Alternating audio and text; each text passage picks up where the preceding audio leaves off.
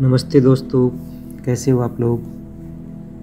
दैनिक संस्कार चैनल में आप सभी का मैं फिर से स्वागत करता हूं और आज एक नई कहानी आप लोगों के लिए लेके आया हूं। कहानी हमें आप सबको महान भक्त हमारे वीर हनुमान जी के बारे में आज आपको कहानी सुनाने वाला। चलो कहानी की शुरुआत करते हैं। हनुमान जी में आध्यात्मिकता के संपूर्ण गुण विद्यमान थे। उनका एक विशेष आध्यात्मिक गुण था सेवा। सेवा ही उनकी साधना थी। प्रारंभ में वो वानरों के राजा सुग्रीव के दरबार में सेवा कार्य करते थे। तब तक तो उनका दायरा सीमित था और शक्ति सामर्थ्य भी सीमित थे।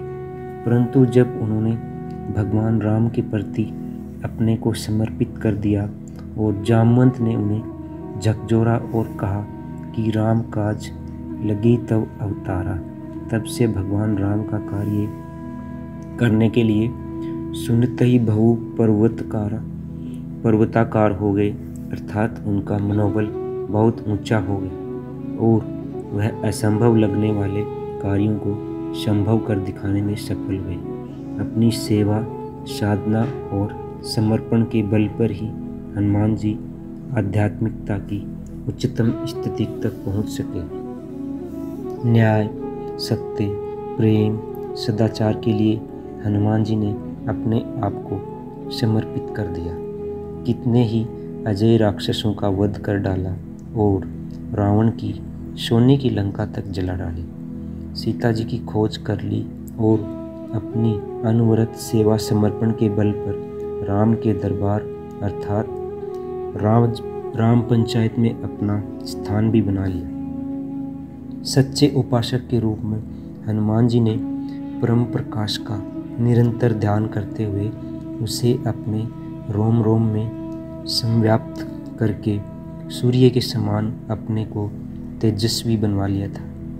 हनुमान जी के जीवन में विवेकशीलता देखते ही बनती है। सीता जी का पता लगाने के लिए जाते हुए समुद्र छलांगते समय जब सुरसा से भेंट होती है, तब पहले तो उसकी शक्ति की था लेने के लिए स्वयं ही उसके मुंह से अधिक बड़ा आकार बनाते हैं। किंतु जब उन्हें याद आता है कि मैं राम राज के लिए अर्थात श्रेष्ठ प्रयोजन के लिए जा रहा हूँ, यहाँ पर मेरा बल एवं सिद्धि का प्रदर्शन बुद्धि संगत नहीं होगा, तब अति लघु रूप धरे हनुमंता छोटा आकार बनाकर उसके मुंह में प्रवेश करके कान के बाहर निकलकर अपने गंतव्य की ओर प्रस्थान करते।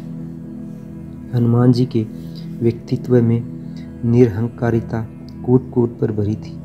उनके जीवन में अहंकार कभी भी देखने को नहीं मिलता। सीता जी की खोज के लिए समुद्र लांघने की चर्चा चल रही है। सभी वानर रीछ अपने अपने बल का बखान कर रहे हैं, किंतु उनमें सर्वाधिक शक्तिशाली होते हुए भी वह चुपचाप बैठे रहते हैं और जामवंत जी के कहने पर अपनी ही स्वीकृति देते हैं। एक सुयोग्य दूत के रूप में हनुमान जी की भूमिका द्रष्टव्य है। वह मुद्रिका लेकर जब सीता जी के पास अशोक वाटिका में पहुंचते हैं तो अपना परिचय इसी रूप में देते हैं।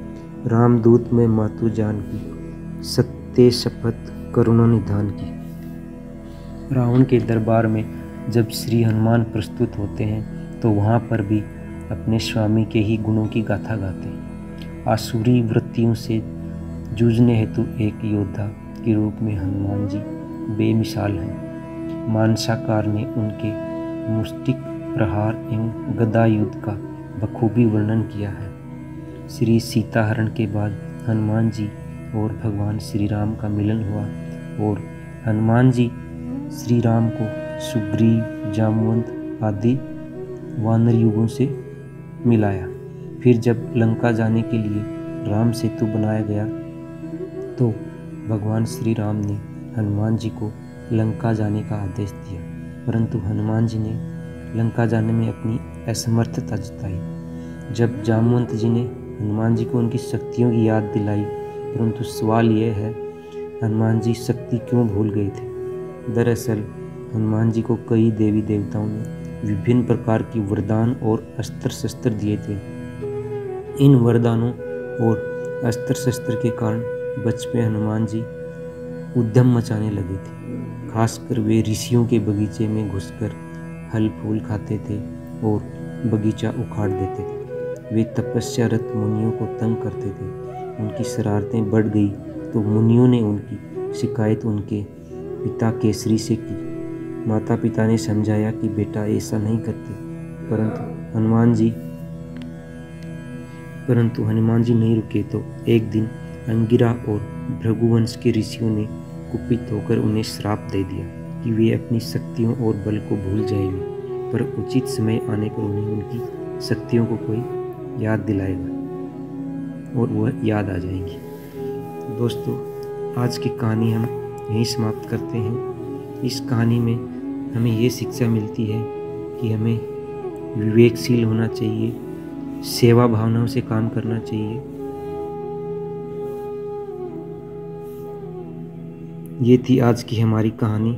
आशा करता हूँ आप सभी को पसंद आई होगी। दोस्तों, चैनल को ज़्यादा से ज़्यादा सब्सक्राइब करें, शेयर करें, लाइक करें। मिलते हैं अगले वीडियो में नई कहानी की शुरुआत। बहुत बहुत धन्यवाद।